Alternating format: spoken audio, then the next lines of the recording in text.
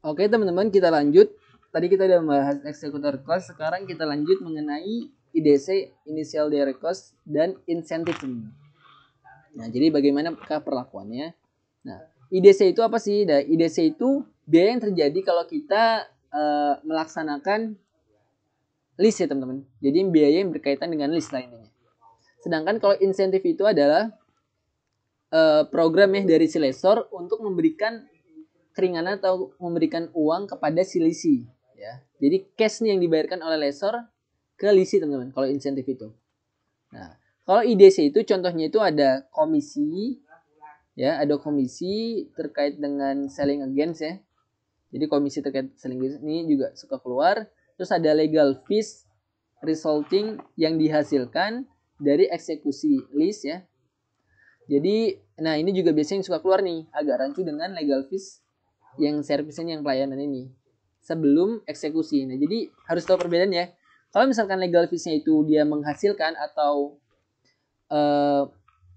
memunculkan ya, menghasilkan list itu kita anggap sebagai IDC teman-teman. Sedangkan kalau misalkan legal fees-nya itu sebelum dan dia nggak ada kaitan dengan eksekusi, itu dia nggak masuk teman. Nah itu biasanya yang sering keluar nih. Sama yang sering keluar itu ada list document preparation.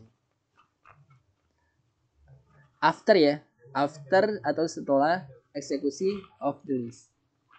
Nah, oke, bagaimana perlakuannya teman-teman terkait dengan edisi dan insentif? Yang pertama dengan IDC. Jadi IDC ini biasanya diakui di awal aja, ya, diakui di awal aja. Ini kalau dia final sih, jadi kurang adil ya. Kita hapus saja. Biasanya dilakukan di awal aja. Tulis saja lagi deh. Dan insentif juga biasanya dilakukan di awal aja, di awal kesepakatan itu. Nah perlakuannya yang pertama di sisi lisi teman-teman. Nah jadi kalau IDC ini, nah oh ya aku tekankan, aku jelasin dulu ya. Jadi IDC ini kemungkinan bisa dilakukan oleh lesi dan lesor. Ya. Ini bisa dilakukan oleh kedua belah pihak. Sedangkan kalau insentif ini dilakukan oleh lesor. Lisi diterima oleh lisi ya. Seperti itu ya. Nah, IDC ini dibayarkan ke pihak ketiga. Sedangkan kalau misalkan insentif ini dibayarkan oleh lesor ke lisi ya. Nah, jadi seperti itu. Perlakuannya pertama untuk list. Nah, kalau untuk list dia akan menambah right to use. Ya, jurnal itu biasanya right to use pada cash. Itu kalau dia IDC. Sedangkan kalau insentif itu bagi list dia akan mengurangi right to use karena dia mendapat bonus gitu, mendapatkan imbalan atau keuntungan. Makanya dia mengurangi right to use. Jurnal itu cash pada right to use. Sedangkan di sisi lesor teman-teman, dia akan mencatat sebagai expense. Entah itu IDC yang dia lakukan ke pihak ketiga atau insentif yang dia berikan ke DC. Dia dicatat sebagai expense. Jurnal itu adalah selling expense pada cash. Seperti itu ya. Nah, khusus buat lesor teman-teman, karena dia ada dua jenis list ya. Pertama ada finance list, yang kedua ada operating list. Kalau dia finance list, nah dia akan langsung mengakui di awal saat mengakui pendapatan atau saat pertama kali sewa. Jadi dia mengikuti dengan akun sell ya. Sell pada COGS, terus ada selling expense pada cash. Itu kalau dia finance list. Sedangkan kalau operating list, nah untuk IDC dan insentif dia diakui pertama sebagai prepaid. Ini juga aku nggak tahu ya jurnal seperti apa, tapi di CSO disebutnya sebagai expense ya pada saat cicilan. Mungkin bisa lihat di sini.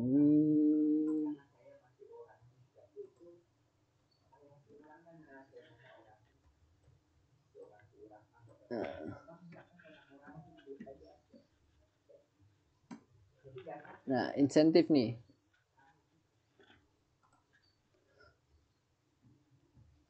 Nah, insentif atau IDC. Jadi kalau misalkan dia operating expense akan diakui secara berkala. Kalau di logika kan kalau berkala itu pasti di awal dianggap sebagai prepaid ya, atau sebagai aset yang perlu diakui atau dibebankan gitu. Kalau misalkan dia final list langsung dibebankan di awal. Pada saat pengakuan pendapatan. Atau gampangnya pas di awal sebagai beban. Gitu ya. Jadi ini gambar ini secara garis besar aja ya, mungkin sebagai prepaid dan secara berkala diakui sebagai expense dan mengkredit prepaid. Nah, contohnya ada di soal ini ya. B21.24. B21.24. Nah, ini soalnya intinya adalah di sini ada komisi again ya, ada internal engineering dan ada legal fees yang dihasilkan untuk list ya, yang digunakan untuk mengeksekusi list. Nah, jadi kita simpulkan nih kalau yang internal engineering ini dia nggak termasuk IDC ya. Nah, bisa lihat di sini internal engineering cost itu nggak termasuk sebagai IDC. Nah, sedangkan kalau komisi ini termasuk, legal fees itu termasuk. Dan di sini di keterangan di soalnya dia juga si lessor membayar 2.000 sebagai cash incentive. Nah, jadi di sini kita simpulkan ada cash incentive, ada komisi dan ada legal fees. Nah, apa sih yang dimaksud menambah reg aset,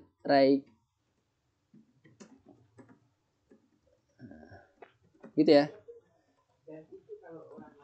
Jadi menambah reg of use asset itu seperti ini. Umumnya kan seperti ini ya formatnya. Ada fair value, ada PVRV, terus ada probable cost. Jadilah list liability teman-teman. Ya, ini yang bakal masuk ke tabel. Atau kalau di sini dia langsung disebutkan nih 44651.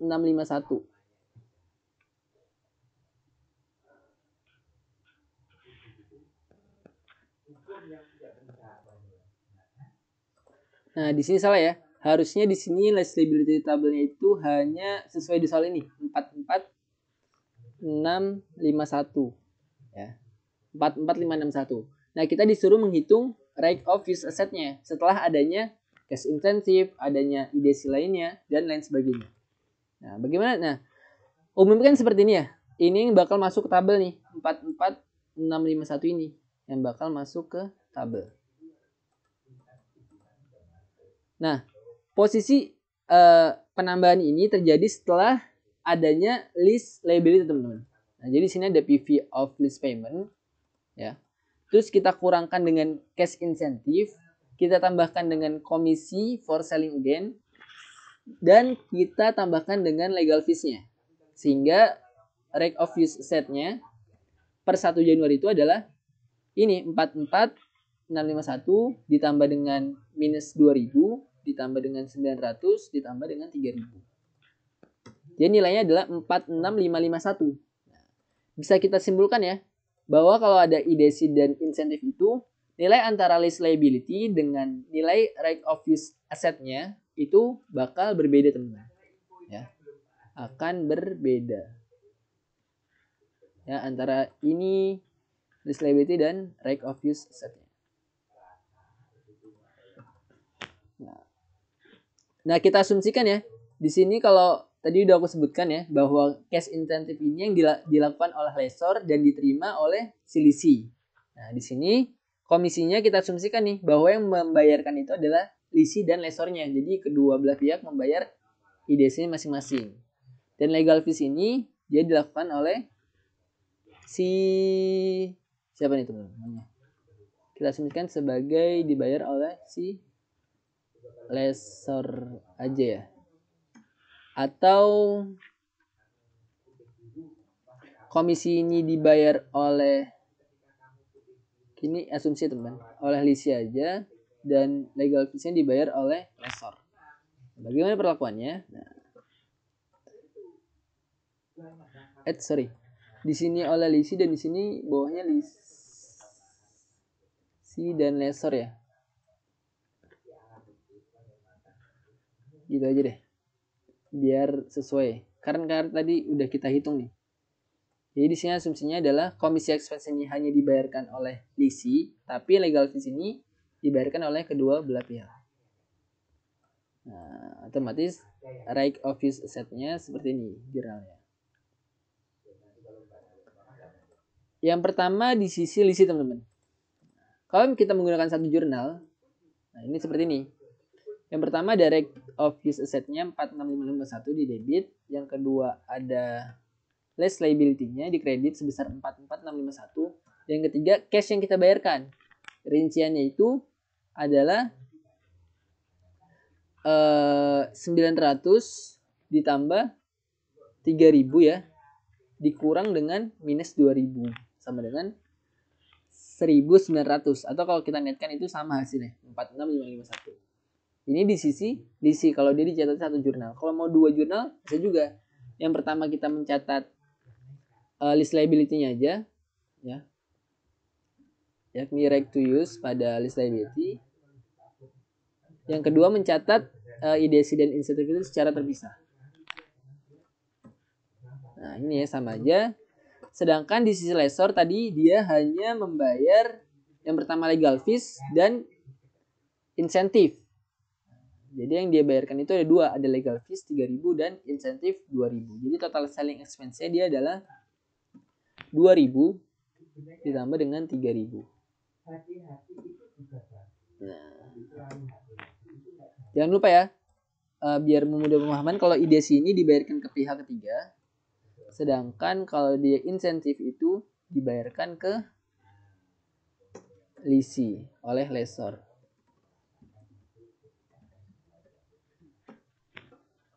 Oke, itu terkait dengan IDC ya, teman-teman. Ini contoh soalnya. Selanjutnya terkait